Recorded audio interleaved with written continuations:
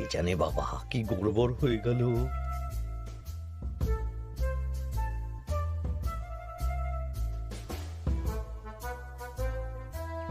মন্ত্রী মশাই,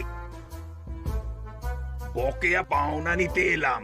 আপনার মোট হয়েছে চালের 350 মোহর, মুগ ডালের 250 মোহর, আর মশলাপাতি 100 মোহর।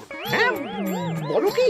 মন্ত্রীমশাই, ওই আপনার মোট বকেয়া 300 মোহর। আর আমার এই 150 মোহর। হ্যাঁ, চলুন মহারাজ, একটু মন্ত্রী মশাইয়ের বাড়ির দিকে ঢু মেরে আসি। চল। চলুন, ওনাকে গিয়ে ধন্যবাদ জানিয়ে আসি। এই না না না, আরে আরে আমি কি করে দেব? আমি কি চন্দ্রমুখী আলু দিতে বলেছিলাম? আমি কি করে দেব?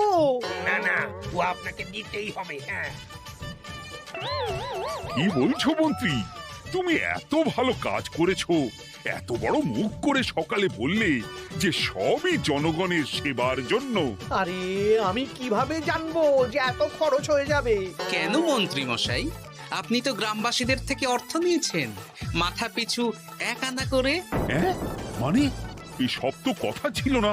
এই ছেড়েছে, গোপাল কি করে জেনে গেল? এসব কথা কি আর চাপা থাকে? আর সেই জন্যই তো আপনি ভালো মানের খাবার খাইয়েছেন।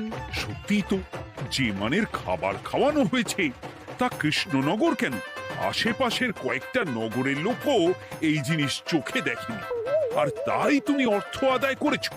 না মানে আমি বুঝতে পারছি না, আমার অনুমতি ছাড়া এগুলো হলো কি করে? মন্ত্রী মশাই, বকেয়া পাওনা দিন, নইলে খারাপ হয়ে যাবে বলে দিচ্ছি। হয়ে গেল, আমি ভিখারি হয়ে গেলাম। অগিন্নি, মোহরের থলেগুলো নিয়ে এসো, গয়নাগাটি নিয়ে এসো। আমাকে পথে বসিয়ে দিল। কে কে আমার এত বড় সর্বনাশ করলো? আমি মন্ত্রী মশাই, আমি। আপনি যখন চাঁদা তুলে ভালো খাওয়াতে চাইছেন, তাই সবচেয়ে ভালো খাওয়ানোর ব্যবস্থা করে দিলাম, তাও আবার আপনার ঘাড় ভেঙে। আমার সর্বনাশ হয়ে গেল।